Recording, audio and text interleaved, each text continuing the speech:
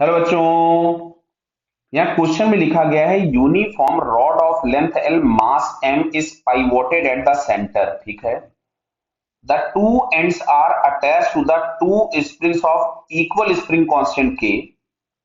The spring are fixed to the rigid support at shown in the figure.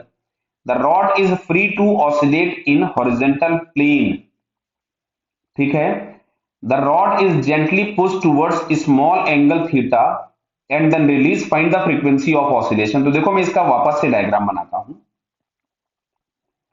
ये rod का initial position है and it is fixed at the centre. अगर मैंने इसको यहां से डिस्प्लेस किया बाय स्मॉल एंगल थीटा, यहां पे एंगल बड़ा बनाना पड़ रहा है मेरे को दिखाने के लिए, अदरवाइज स्मॉल एंगल थीटा से हमने डिस्प्लेस किया, ये एंगल थीटा है।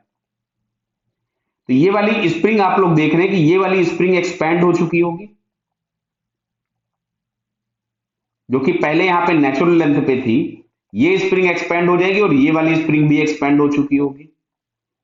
अब अच्छा, दोनों जो स्प्रिंग्स हैं ये फोर्स लगाएंगे। क्लियर? तो ध्यान से देखिए, ये स्प्रिंग इसको इधर पुल करेगी किसी फोर्स एफएस से, और ये वाली स्प्रिंग इसको इधर पुश करेगी किसी भी पुल करेगी एफएस से। और एफएस बराबर हम लोग यहां से लिखेंगे के इंटू एक्स। अब ध्यान से देखना बेटा, अगर ये एंगल बहुत छोटा होगा तो ये जो हम लोगों के पास एक्सपेंशन है, क्या एक आर्क के फॉर्म में होगा, जिसको हम लोग लिख सकते थे आर थीटा, जहां पे आर बराबर हमारे पास मिलेगा एल बाई टू। तो एक्स बराबर हमारे पास आ गया L by two into theta. Clear?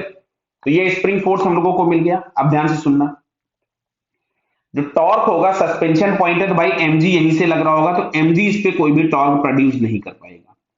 तो टॉर्क देने के नाम पे कौन आएगा? ये वाला जो स्प्रिंग फोर्स इधर लग रहा था वो, और यहां से जो स्प्रिंग फोर्स लग रहा था वो। क्लियर? एंगल्स बहुत छोटे थे तो परपेंडिकुलर डिस्टेंस हम लोग एल बाई टू ही ले लेते हैं। तो टाउ इज इक्वल टू, या सुन लो इधर समझ लो, जैसे यहाँ पे ये एंगल थीटा था, देख ही लीजिए आप लोग। तो अगर मैं इस एफएस का कंपोनेंट लूंगा इस तरफ वाला, जो कि हमको टॉर्क देगा, ध्यान से सुनना, तो ये एंगल अगर थीटा था, ये एंगल 90 होगा, ये एंगल 90 माइनस थीटा, बराबर समझ में आ रहा है? ये एंगल 90 माइनस थीटा, तो ये एंगल थीटा हो जाएगा। तो लिखना चाहो तो लिख सकते हो एफएस कॉस थीटा। थीटा यदि बहुत छोटा होता है तो कॉस थीटा को हम 1 लिख देते हैं। क्या क्लियर है? यानी जो टॉर्क प्रोवाइडर आएगा वो एफएस ही हम लोगों के पास आने वाला है। तो टाउ इज इक्वल टू हम लोग लिख सकते थे FS into L by to, बराबर। और इस तरीके के दो हैं और दोनों के डायरेक्शन सेम है, तो multiplied by two, FS is equal to k x into l. समझना बात को भाई? के एक्स की जगह हम लोगों ने लिख दिया L by two into theta into L. तो फाइनली हमको यहां से मिलेगा ये k L square by two into theta.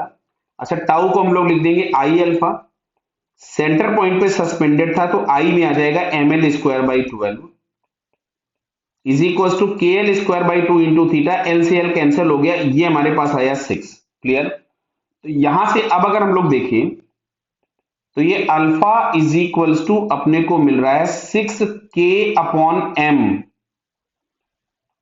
Into theta. और इसको अगर हम लोग कंपेयर करें तो alpha is equals to omega square theta से, तो ओमेगा बराबर हमारे पास यहां से आ जाएगा 6 k बाई एम, और ओमेगा को हम लोग लिख सकते थे 2 pi f 6 k by M. Clear है बेटा? तो यहां से अगर हम लोग f की वैल्यू निकालेंगे तो f इज इक्वल टू आएगा 1 by two pi root of 6 k by M. अगर हम ये ऑप्शन चेक करें कौन सा दिया है, f is equal to 1 upon two pi root of 6 k by M, तो बेटा यहां से हम लोगों को ये सी वाला आंसर दिखता है। So it's correct answer is C. Okay बेटा, ऑल द बेस्ट।